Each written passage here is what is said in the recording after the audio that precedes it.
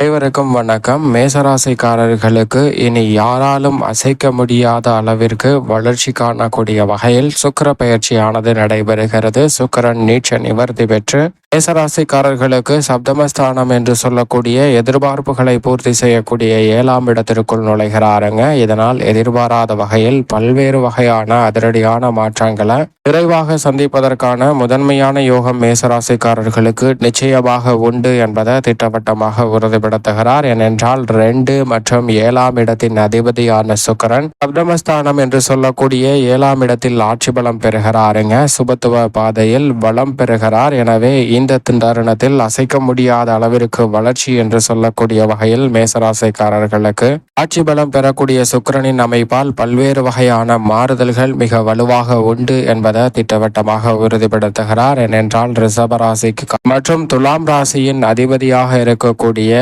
சுக்கிரன் மேசராசிக்காரர்களை பொறுத்தவரைக்கும் 2 மற்றும் 7ஆம் இடத்தின் அதிபதியாக பலம் பெற்று சஞ்சரிக்கிறாருங்க. இந்த நேரம் அவர் பொதுவாகவே 2, 4, 5, 7, 9 ஆகிய இடங்களிலும் 11 ஆகிய இடங்களிலும் அபரிவிதமான வளர்ச்சியை அள்ளி கொடுப்பார். அதில் ஒரு இடமான 7ஆம் இடத்தில் தற்போது ஆட்சி பலம் பெற்று வலுவாக அமர்வது என்பது எதிர்பார்த்தபடி உங்களுடைய வாழ்வில் பொருளாதார ரீதியான வளர்ச்சியை நிறைவாக கொடுக்கக்கூடிய வாய்ப்பையும் சந்தர்ப்பத்தையும் உருவாக்கி கொடுக்கிறாருங்க. சுக்கிரன் சப்தமஸ்தானத்தில் பலம் பெற்றிருக்கக்கூடிய இந்த நேரம் என்பது உங்களுக்கு பொன்னான நேரமாக பார்க்கப்படுகிறது.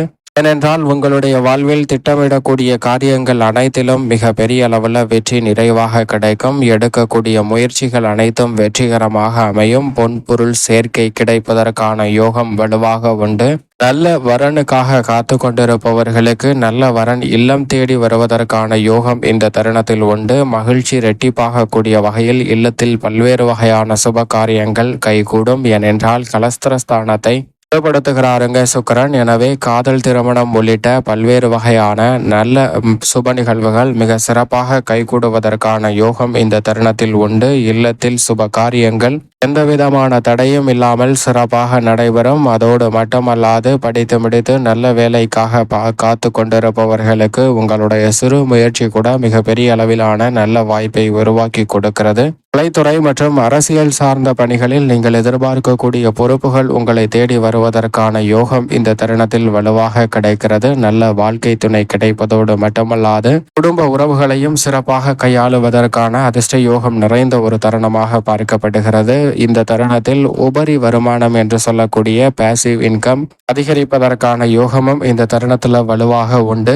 அடமானத்தில் உள்ள சொத்துக்களை மீட்பதற்கான யோகமும் இந்த தருணத்தில் நிறைந்து கிடைக்கிறது என்பதை தெளிவாக உறுதிப்படுத்துகிறாருங்க. எனவே இந்த சந்தர்ப்பத்தை சரியாக பயன்படுத்திக் கொள்ளுங்கள். மேலும் இந்த சந்தர்ப்பத்தை சாதகமாக மாற்றிக்கொள்ள நிச்சயமாக மேசராசிக்காரர்கள் வாரத்தில் செவ்வாய்க்கிழமை விரதம் இருந்து அருகாமையில் உள்ள வராகி அம்மன் ஆலயம் சென்று தீபம் ஏற்றி வழிபாடு செய்யுங்கள். தடைகள் அகன்று சுக்கிர பயிற்சியால் இனி யாராலும் அசைக்க முடியாத அளவிற்கு நல்ல வளர்ச்சியும் முன்னேற்றமும் நிறைவாக கிடைப்பதற்கான யோகம் கிடைக்கும்.